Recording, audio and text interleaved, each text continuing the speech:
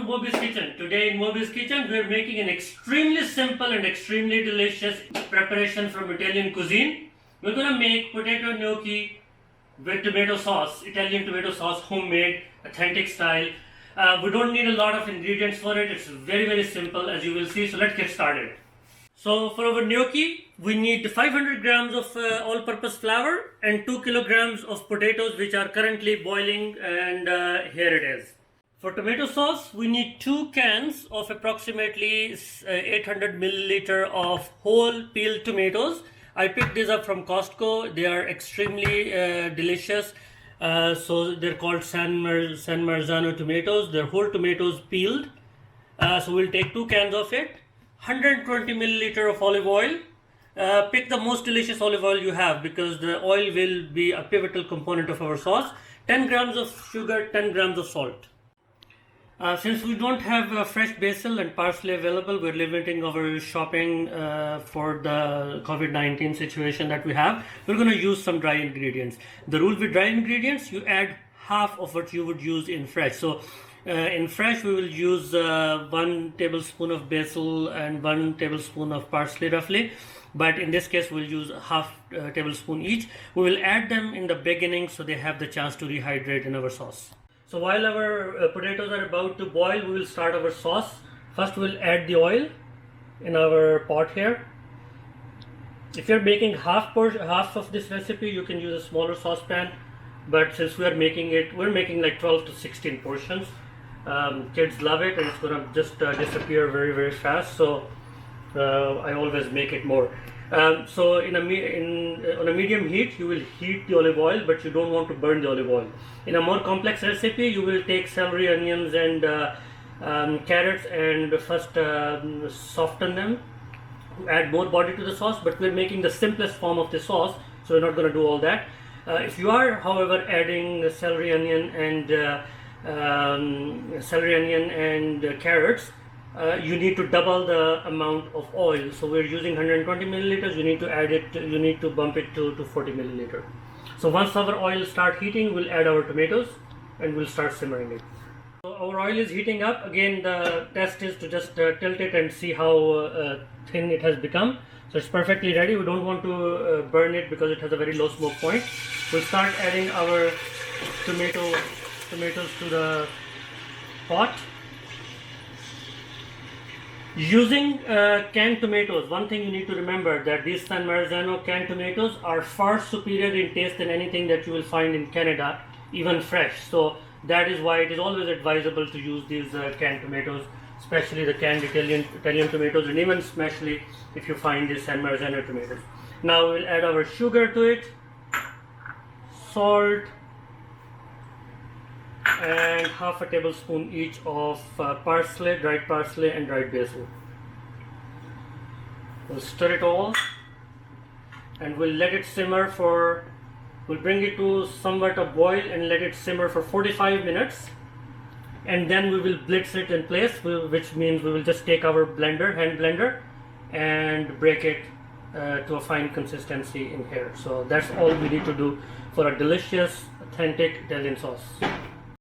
So our potatoes have been boiling and they are ready. How do we know we're ready? You pick a thickest potato and just pierce it with a toothpick. You see no resistance. That's the exact sign that you are looking for. So we have to start peeling them while they are still hot, otherwise they become very difficult to peel. So I will just tell you a quick trick. You can use a little cloth for protection. You cut that in half. That makes it a little bit easier. Then you hold one half in your hand like this, and then scoop out the potato flesh from it. So you see how I squeezed from the bottom and it all became apart. Now you can just separate out the peels, and it becomes a little bit easier, especially when they are absolutely hot. Okay, so our potatoes are all peeled and ready. Now what we'll do is we'll pass it through a ricer. You can actually use a fork to do it.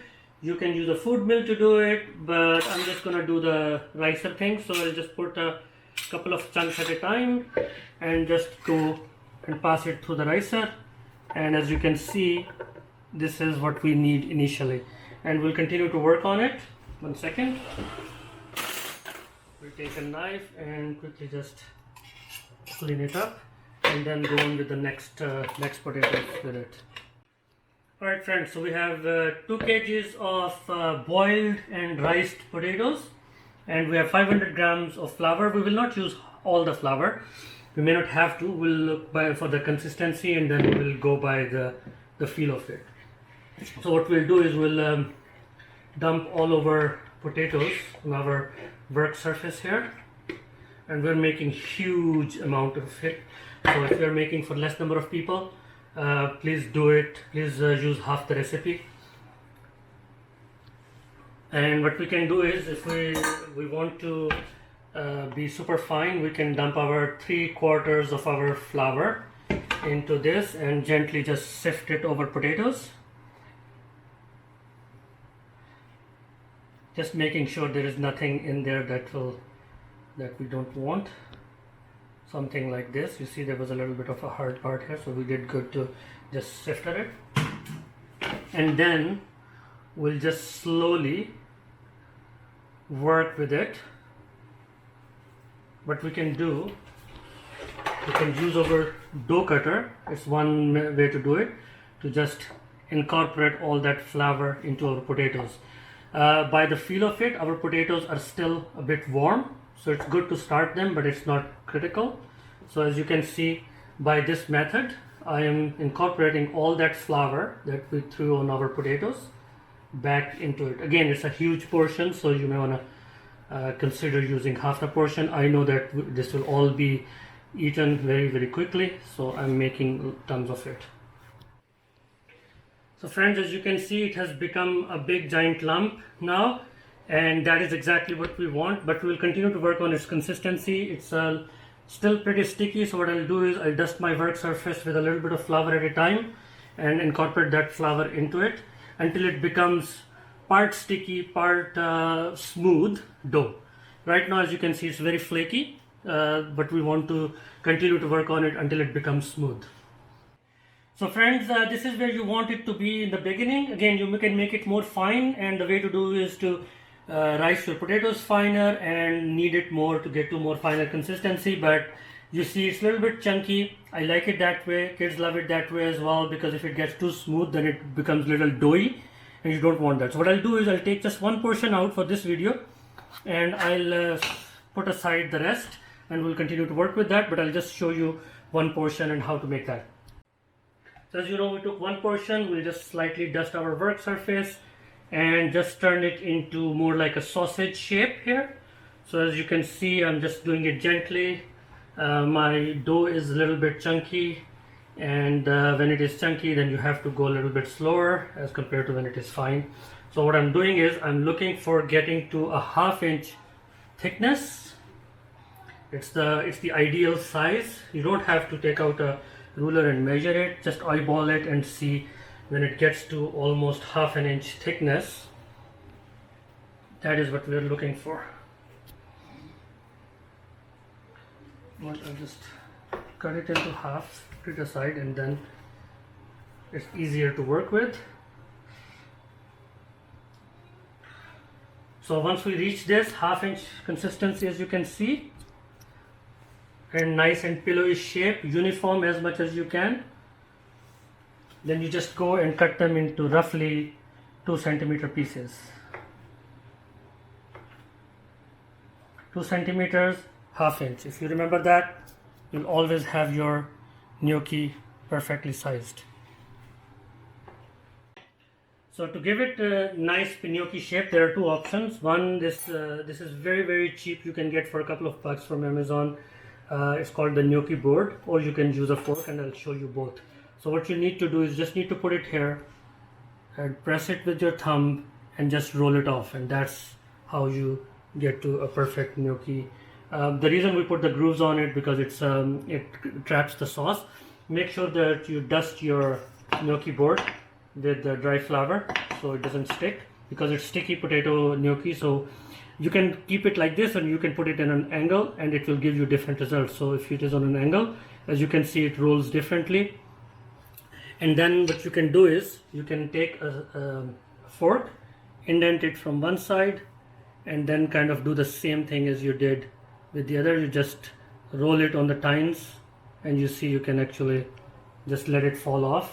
And again, another way of doing it, but you can do it, and I'm not very good with doing it with fork because I've always done it with my board here. But I just wanted to show you, if you don't have a board, you can use a fork and the times of it to give you that. The reason you put those grooves in there so it traps the sauce and becomes nice. So friends, our gnocchi is ready, the first portion. So we'll just take this parchment paper that we have been keeping it on, and we will cook it in very hot oil which is seasoned by salt. So we have put a big pot of water. You want to cook your gnocchi in very open water, and we'll season it with approximately 1 large tablespoon of salt, just to season while it cooks. It takes roughly 90 seconds to 120 seconds to cook, so it will be very fast cook. Once the water comes to a boil, then we will cook it. In the meantime, as you can see, our sauce has been simmering for 45 minutes. Beautiful luxurious sauce. As you can see, the consistency of it is awesome. All now we need to do is that whatever is remaining tomatoes that are still they're very soft, but they're still retaining their shape, so we'll just blitz them in the pot.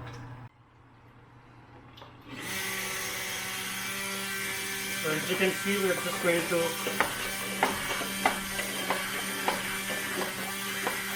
blend it in place to a fine consistency. Again, it's up to you. If you want it very nice and fine, you can just continue to blitz it until you reach that consistency. If you like your sauce chunky, then I think we have already reached that point. I'll just blitz it for 15 more seconds and finish. Okay guys, we just blitzed the whole sauce in there, and you can see it's not too fine, but it's not too grainy either. It's a beautiful consistency of the sauce. Alright, so our water is reaching boiling point. We'll just use this as a strain and just drop our gnocchi inside the water. And as you can see, as and when they start cooking, they will start rising to the top. As you can see, as they are cooking, they're rising to the top. That's what we're looking for. Once they rise to the top, we cook them for another 20 seconds just to make sure that they're almost where we want them to be. And then we'll take them out into it. So our gnocchi has been cooking for approximately 10 minutes after they rise to the top. I'll just quickly take them out in a plate here and then rinse them with cold water so they stop cooking. So friends, our gnocchi is ready, our beautiful sauce is ready. So we'll just take some sauce and ladle it on top of our gnocchi, and our beautiful gnocchi with beautiful Italian tomato sauce is ready. To take it even one step further, we'll just sprinkle it with a little bit of Parmesan cheese, and this is ready for a restaurant quality dinner.